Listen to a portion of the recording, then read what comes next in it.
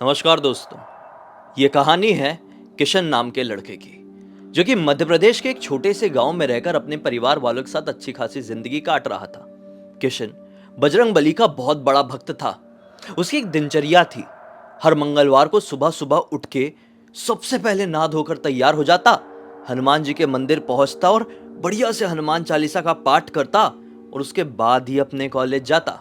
इसके परिवार में ये खुद इसका छोटा भाई विक्की, जो कि क्लास 12th में था, किशन 3rd ईयर में पढ़ाई कर रहा था कॉलेज के, और इसके मम्मी पापा थे। घर ज्यादा बड़ा नहीं था, 1 BHK का कह सकते हैं। एक बेडरूम, एक हॉल, एक किचन।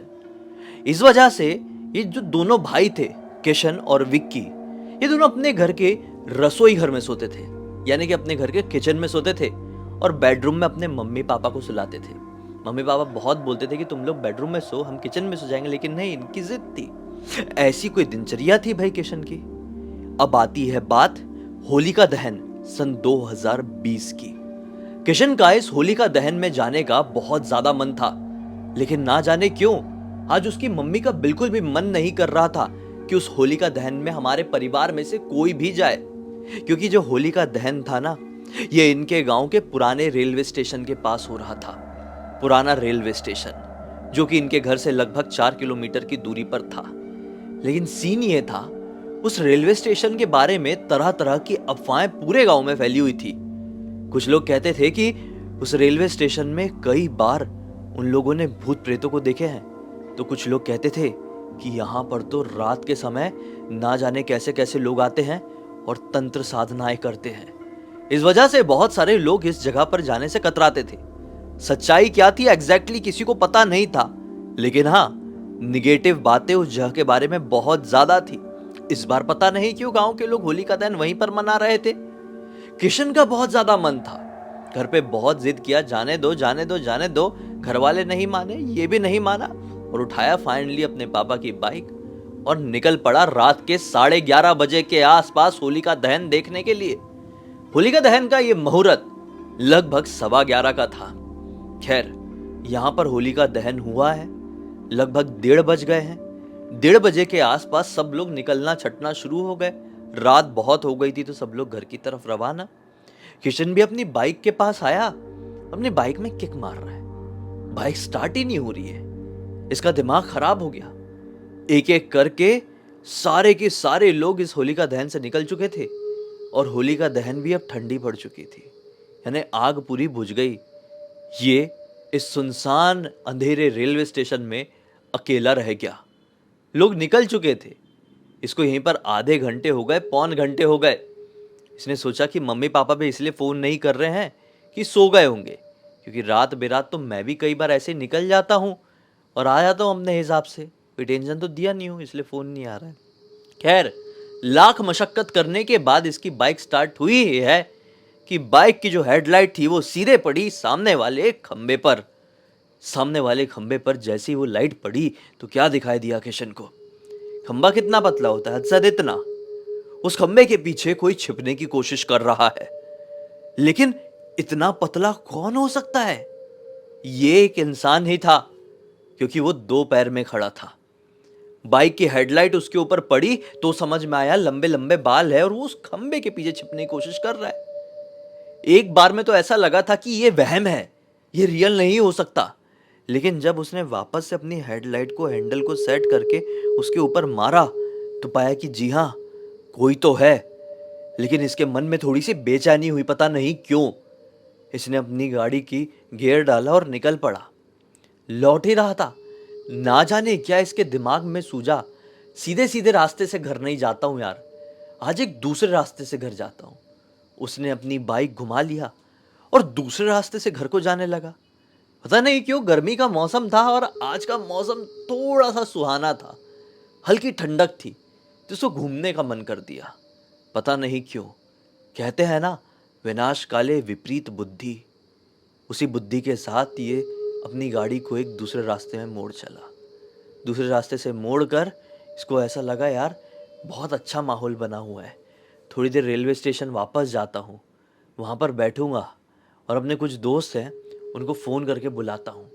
होली का दिन है, अगले दिन छुट्टी है, मस्त टाइम पास करेंगे, फिर जाएंगे। बताओ, अपनी बाइक घुमा के वापस से रेलवे स्टेशन आया और दोस्तों को फ़ोन करने लगा, लेकिन दोस्त लोगों ने फ़ोन नहीं उठाए। शायद वो सो चुके थे या फिर अपनी मस्ती में मस्त थे। ये फिर अब सोचा कि बहुत हो गई घुमाई फिराई, रात के लगभग 3 बज चुके हैं, घर की तरफ निकल पड़ता हूँ। गाड़ी स्टार्ट करके उसी दूसरे लंबे रास्ते से घर की तरफ जाने लगा। थोड़ी आगे जाने के बाद उसकी लाइट, उसकी गाड़ी की हेडलाइट एक सामने के पेड़ की तरफ पड़ती है। वो क्या बात है, उस पेड़ के पीछे लिटरली सेम टू सेम वही चीज वापस से छिप रही है। कहां, कौन सी चीज? जो खंबे के पीछे छिप रही थी। इसने सोचा कि ये है क्या। कितने में वो पेड़ हिला। इसी गाड़ी थोड़ी स्लो ही थी। वो पेड़ हिला और उसने उस पेड़ के ऊपर तरफ देखा तो क्या पाया है, लिटरली उस पेड़ की ऊपर वाली डाल में एक आदमी था या औरत थी नहीं मालूम, ये कोई इंसान ही था। वो बैठा है अपना पैर नीचे लटका के। उसकी बॉडी में कोई भी कपड़ा नहीं है, लेकिन फिर भी उसकी बॉडी एक अजीब प्रकार के स्किन के साथ लैस है। ये समझ नहीं पाया कि ये क्या चीज है।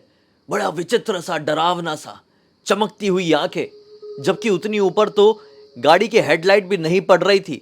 और पड़े भी तो क्या भाई, जानवरों की आंखें चमकती है स्ट्रीट लाइट से, इंसानों की नहीं। लेकिन उसकी चमक रही थी और वो किसी भी एंगल से जानवर नहीं था और ना ही उसके इस हुलिये से वो इंसान समझ में आ रहा था। ये नोटिस करते करते उस पेड़ के पास पहुंचने ही वाला था कि पीछे से तेज रफ्तार से एक कपल की बाइक आती है, जिसमें आदमी रहा होगा ये कोई 30-35 साल का और औरत रही होगी 25-30 साल की। गाड़ी को लहराते हुए वो उसी पेड़ के ऊपर पेल देते हैं। बस फिर क्या था भाई, ये घबरा जाता है। ये इतना खतरनाक दुर्घटना थी कि इसका दिमाग वहीं पर सहम गया। इसने तुरंत अपनी बाइक रोका, उतर कर गया उन लोगों के पास। तो क्या पाया, जो आदमी बाइक चला रहा था ऑन द स्पॉट वो खत्म हो गया, उसकी सांसें रुक गई है। औरत है, वो भी बेहोश है, खून बह रहा है और हल्की हल्की सांसें चल रही है। फटाफट इसने एम्बुलेंस को फोन किया। किस्मत से एम्बुलेंस तो आ गई। कोई फोन उठा नहीं रहा था, कर नहीं रहा था, एम्बुलेंस ने उठा लिए। एम्बुलेंस आई और इसने डलवाया एम्बुलेंस में दोनों को, और ये भी पीछे पीछे चले भैया सरकारी अस्पताल में। सरकारी अस्पताल ही समझ में आता है भाई छोटी जगहों में, क्योंकि रात बेरात तक खुला रहता है। कई बार 24 आवर्स भी खुला रहता है छोटी जगहों का सरकारी अस्पताल। तो ये भी ऐसे, इसके गांव का भी ऐसे ही रहा होगा। अब भाई ये पहुंचा, वहाँ पर नर्स थी, बात किया, एक छोटा सा फॉर्म दिए वो भर दिया, और नर्स ने बोली कि आपका नंबर दे दीजिए, हम आपको फ़ोन कर देंगे, कुछ ज़रूरत होगी। इसने बोला ठीक है। अब तक लगभग 4:30 बज चुके थे। अब इसको हल्की हल्की नींद का झरोका भी आने लगा था। अपनी बाइक घुमा के ये घर पर पहुंच गया। घर पे आते से ही इसको एक नींद का झोंका आया और अपने भाई के बाजू में अपना गद्दा बिछाया है और सो गया। रात में इसको सपने में, रात क्यों बोलेंगे, इसको सुबह ही बोलेंगे ना, 4:30 बजे सोया था। सपने में क्या दिखाई दिया है, वही सीन जो कुछ घंटे पहले इसके साथ रियल में हुआ था। लेकिन फर्क सिर्फ इतना ही है, इसको रियल में क्या दिखाई दिया था कि पेड़ में वो भूत या शैतान आकर बैठा है। सपने में ये देख रहा है कि वो पेड़ ही पूरा का पूरा भूत है, और वो कपल एकदम लहराते हुए बाइक को आए हैं और उस भूत के ऊपर पेल दिए। वहीं पर पति और पत्नी दोनों की मृत्यु हो गई। इसलिए बहुत ही दर्द भरा सपना देखा, और मृत्यु भी ऐसे नहीं हुई, मतलब उसने सपने में देखा कि उनके पूरे चिथड़े उड़ गए हैं। ये घबरा कर उठा और सुबह का वक्त हो रहा था, लगभग 6:30 बज रहे थे। 2 घंटे की भी नींद ठीक से नहीं हुई थी कि इसका फोन बजता है, ट्रिंग ट्रिंग ट्रिंग। क्या दिखता है, अननोन नंबर से। उठाता है, हाँ बोलिए। सामने से नर्स क्या बोलती है कि आप जिनको लेकर आए थे कल रात में, वो पति तो थे ही नहीं, उनकी मृत्यु हो ही चुकी थी आदमी की, मतलब औरत की भी अभी मृत्यु हो गई है। तो आप आइए और दोनों के मृत शरीर को लेकर जाइए। ये घबरा गया, बोला अभी जस्ट वो सपना देख के मैं जागा कि औरत भी मर गई, उसके चिथड़े उड़ गए और रियल में भी वो मर गई है। भाई बड़ा बुरा हुआ। ये बोलता है कि देखिए मैं उनको नहीं जानता, वो जो कोई भी थे, वो सिर्फ मुझे ऐसी हालत में मिले थे, मैं उनकी मदद करने के लिए हॉस्पिटल लेकर आया था। आप उनके शरीर को अपनी कस्टडी में ही रखिए, कोई आएगा उनका जान पहचान वाला तो लेकर जाएगा। आपको जहां भी जैसे भी इन्फॉर्म करना है कर दीजिए, इस मामले में मैं कुछ नहीं कर पाऊंगा, मैंने सिर्फ मदद किया था। ऐसा बोल के फोन काट देता है। और फिर 3-4-5 दिन के लिए जिंदगी नॉर्मल। फिर अचानक से लॉकडाउन पड़ गया। कितना, 21 दिनों का। स्टार्टिंग पहला लॉकडाउन 21 दिनों का था। अब ये इतना समय अपने परिवार वालों के साथ काट लिया, तो वो वाली घटना इसके दिमाग से निकल गई। मतलब भुला नहीं दिया पूरी तरीके से, लेकिन ठीक है चलो, एक दुर्घटना थी, दिमाग से निकल गई। फिर हल्का सा बीच में लॉकडाउन खुला था 1-2 दिन के लिए, आप लोगों को पता होगा। ये वही समय था जब इसका भाई डिसाइड करता है कि मैं मामा के घर जा रहा हूँ, 21 दिनों से घर पे बैठा बैठा पक गया हूँ। इसके मामा बाजू वाले गांव में ही रहते थे, तो विक्की ने अपनी बाइक उठाया। विक्की की अलग बाइक थी और ये पापा की बाइक से ही ट्रैवल करता था कहीं पर भी। विक्की ने अपनी बाइक उठाया है और वो पहुंच गया मामा के घर पर, और ये अपने घर पे। 3rd ईयर में था तो कॉलेज भी इतना रेगुलर जाना ज़रूरी नहीं था। 3rd ईयर में नहीं होता है, छोटी जाओगे कॉलेज में तो और ज़्यादा ज़रूरी नहीं होता है। खैर, अब नेक्स्ट वाला जो लॉकडाउन लगा है, उसी शाम से पता नहीं क्यों इसको एक अजीबो गरीब बेचैनी हो रही थी। या जल्दी खाना खा लिया और अपने रसोई घर में ही गद्दा बिछाकर 9 साढ़े 9 बजे के आसपास ही सोने के लिए चले गया। मम्मी पापा भी इसी टाइम पे नॉर्मली सो जाया करते थे। ये दोनों भाई थोड़े ज़्यादा समय तक जागते थे, तो सोने के लिए चले गया। आज ये सोया हुआ पता नहीं कितना समय बिताया है। इसको कान में किसी कुछ खुसफुसाने की आवाज़ आती है। उससे ये हल्का नींद से जागता है। आंख खोल के देखने ही वाला था तो क्या सुनाई देता है कि कान में एक औरत बोल रही है कि किशन, तुम भी हमारे साथ चलो ना, हम अकेले नहीं जाना चाहते। और घबरा कर पलट कर देखता है तो पूरे रूम में कोई नहीं, लेकिन हाँ, हल्की सी एक शैडो दिखाई दी थी जिसके किचन रूम से निकलकर सामने हॉल की तरफ गई। ये उठा और अपने पूरे घर को देखने लगा, लेकिन घर में कोई आदमी औरत नहीं। इसने सोचा मम्मी पापा तो नहीं आए थे। मम्मी पापा का दरवाजा खुलकर देखा, मम्मी पापा आराम से सो रहे हैं और घर का मेन दरवाजा भी अंदर से बंद है, अंदर आने का कोई और साधन नहीं। इसने सोचा कि हो सकता है मेरा ये सपना ही रहा होगा। कई बार सपने भी हमें इतने रियलिस्टिक दिखाई दे जाते हैं कि ऐसा लगता है अरे ये तो रियल में हो गया। खैर, ये वापस से सोने के लिए चले गए और ये रात कट गई। अगले दिन से ना जाने क्यों इसको फिर से वो दोनों की याद आने लगी, वही आदमी औरत जिनकी वो सड़क हादसे में मृत्यु हुई थी। उसी शाम को इसको एक फोन आता है। ये फिर से उठाता है। फोन में एक आदमी इसको क्या बोलता है कि अरे भाई साहब, वो जो मृत शरीर को आप छोड़कर गए थे ना यहाँ पर, वो दोनों के मृत शरीर आज हॉस्पिटल से गायब हो गए हैं। कुछ समझ में नहीं आ रहा है, ऐसे कैसे कहीं पर जा सकते हैं। ऐसा बोल के वो फोन काट देता है। किशन को टेंशन हो जाता है कि ये कैसे हो सकता है यार, किसी का मृत शरीर एक अस्पताल से कैसे गायब हो सकता है। अस्पताल हो या मुर्दा घर हो, उन्होंने जहां भी रखे हो, किसी का मृत शरीर वहां से कैसे गायब हो सकता है, मेन क्वेश्चन ये है। ये वापस से उस नंबर में रीडायल करता है, लेकिन उस नंबर में अब घंटी नहीं जाती है। The number you have dialled is currently out of coverage area, ये भूल देता है। इसने सोचा कि चलो यार जाने दो, जो भी होना था उनकी किस्मत थी, उनके साथ हो गया। मैं क्यों इतना टेंशन पाल रहा हूँ, मैं मदद जितनी कर सकता था मैंने किया। मैं भी खाना पीना खाता हूँ और सोऊंगा। आज फिर ये खाना पीना खाया है और सोने के लिए गया। देखो, आज जब ये किचन रूम में सो रहा था तो आज किचन रूम का माहौल थोड़ा सा अलग था। आज मम्मी ने खीर बनाई हुई थी। खीर गैस के ऊपर ही रखी हुई थी। रात में गरम गरम थी खीर, इसलिए मम्मी ने सोची थी कि रात में अगर फ्रिज में रख के सोंगी तो प्रॉब्लम हो जाएगी, खीर और फ्रिज दोनों खराब हो सकता है। इसलिए मम्मी ने बोल दी थी कि रात बेरात नींद खुले तेरी किचन में ही सोता है, खीर उठाकर फ्रिज में डाल देना। तो खीर गैस के ऊपर रखी हुई है और फ्रिज के ऊपर एक कटोरी में दही रखी हुई है। गर्मी का मौसम था ना, तो गर्मी में लोगों के घरों में ऐसी दही जमा देते हैं, तो दही रखी है। ये सो रहा था। रात के 1:30 बजे के आसपास इसकी नींद लगी हुई थी। अचानक से इसको क्या महसूस होता है कि मेरे पैर को ना ऐसा कोई हल्का हल्का ऐसा करके खींच रहा है, एक पैर को। इसको थोड़ा अजीब लगता है कि मेरे पैर को ऐसा कौन खींच रहा है। आंख खोलकर देखता है तो आसपास कोई भी दिखाई नहीं देता है, लेकिन लेटा है, वो सामने ही देख पा रहा है ना। उसको ऐसी आवाज आती है कि मेरे पीछे पायल पहनकर कोई ऐसा गया, मतलब हॉल वाले रूम से मम्मी पापा के बेडरूम तरफ कोई पायल पहनकर गया। इसने तुरंत अपनी आंखें बंद कर लिया। ये मम्मी तो नहीं थी, क्योंकि मम्मी इतनी रेगुलरली पायल नहीं पहनती थी। मम्मी की एक आदत थी, वो कहीं बाहर जाती थी किसी फंक्शन में, रिश्तेदारी में, तभी पायल पहनती थी।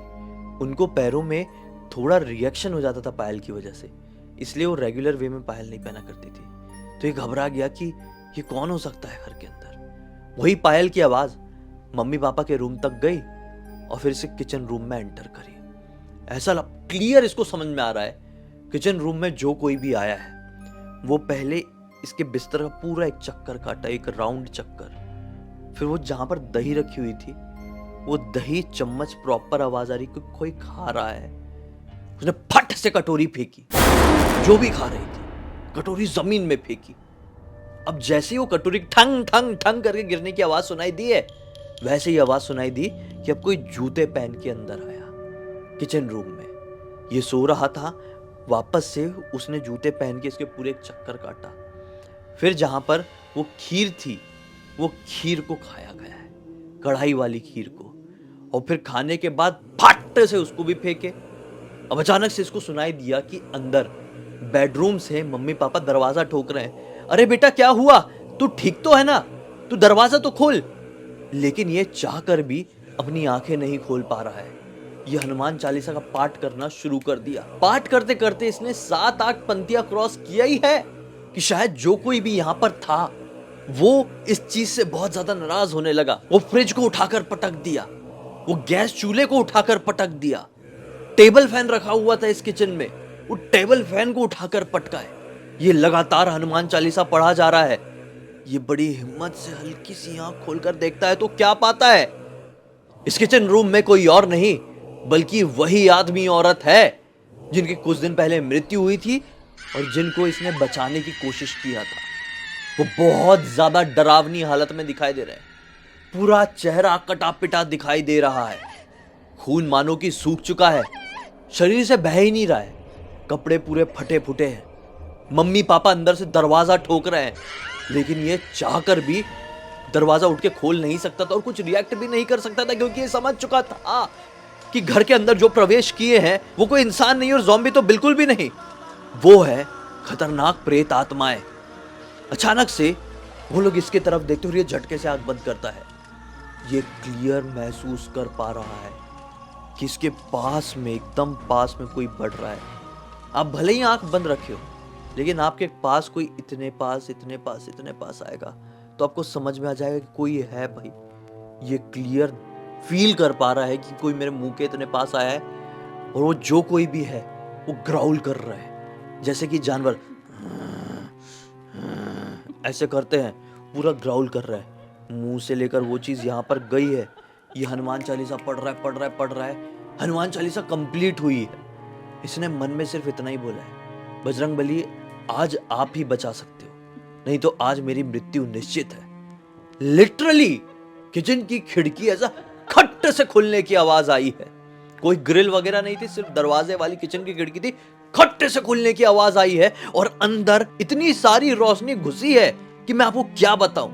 सोचो आपकी आंख बंद रहे और आपकी आंखों के ऊपर कोई बहुत ज्यादा व्हाइट लाइट मारे तो आप क्लियरली एक्सपीरियंस कर सकते हैं कि कहीं तो व्हाइट लाइट जल रही है बहुत ज्यादा। वैसे इसको फील हुआ और लिटरली वो दोनों जो भी थे ऐसा करके चिल्लाए हैं, आवाज आई है, वो दोनों की आवाज आई है चिल्लाने की। और फिर एक झटके के साथ खट से खिड़की बंद हुई।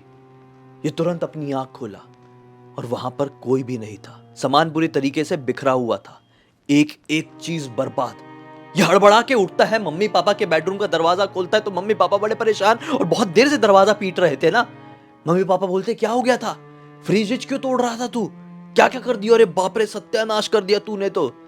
ये मम्मी पापा को पूरी बात बताता है, लेकिन मम्मी पापा क्या बोलते हैं, ये तुझे कौन सी नौटंकी करने की सूझ पड़ी, एक तो चीजों को बर्बाद कर दिया और बिना मतलब के कहानी बना रहे हैं। या घर में कोई तेरा दोस्त तो आया हुआ था, किसी से झगड़ा हुआ। इसने लाख समझाने की कोशिश किया कि क्या हुआ था, लेकिन उसके मम्मी पापा आज तक उसकी इन बातों के ऊपर विश्वास नहीं किए। मम्मी पापा को आज तक लगता है कि इसका कोई दोस्त घर पे घुस गया था, लड़ाई झगड़ा किया और खिड़की से कूद के भागा है, लेकिन सच्चाई सिर्फ इसको पता है। इस दिन के बाद से इसकी श्रद्धा भक्ति बजरंगबली के ऊपर और भी ज्यादा बढ़ गई और ये अब और दिन दुगनी रात चौगनी बजरंगबली की पूजा आराधना करने लगा, क्योंकि इसकी दूसरी जिंदगी हनुमान जी की ही दी हुई थी। इस पूरी घटना की जानकारी मुझे किसी और ने नहीं बल्कि किशन के एक मित्र ललित ने इंस्टाग्राम पर लिखकर भेजा। मैंने सोचा आप लोगों को सुनाऊं कि भक्ति में कितनी ज्यादा शक्ति होती है, कि मृत्यु सामने भी आकर खड़ी रहे और आपने ऊपर वाले के ऊपर से विश्वास नहीं तोड़े ना, तो मृत्यु को भी उल्टे कदम ऐसे भागना पड़ता है। खैर, अभी से एक नोट के साथ इस कहानी का अंत करते हैं। अब तक देख लिए तो कमेंट सेक्शन में 10 में से रेटिंग देना मत भूलना। जितना भी नंबर लगे 10 में से लिख देना, मुझे पढ़कर बहुत अच्छा लगेगा। इस वीडियो को लाइक करके चैनल को सब्सक्राइब करके बेल आइकन दबाकर ऑल के ऑप्शन में क्लिक करना है, क्योंकि इसी तरह के हैरान कर देने वाले खौफनाक वीडियोस डेली आप लोगों के सामने लेके आता रहता हूं। इंस्टाग्राम की लिंक इस वीडियो के डिस्क्रिप्शन बॉक्स में मिल जाएगी, क्लिक करके डायरेक्टली वहां पर पहुंच जाना। और इसी तरह की कोई भी कहानी, टॉपिक या जानकारी आप लोगों के पास भी है तो लिख भेजना। हो सकता है मेरा अगला वीडियो कल आपके हिसाब से ही बन रहा हो। तो चलिए कल फिर से मिलते हैं, तब तक के लिए बहुत बहुत धन्यवाद। आपका दिन शुभ हो।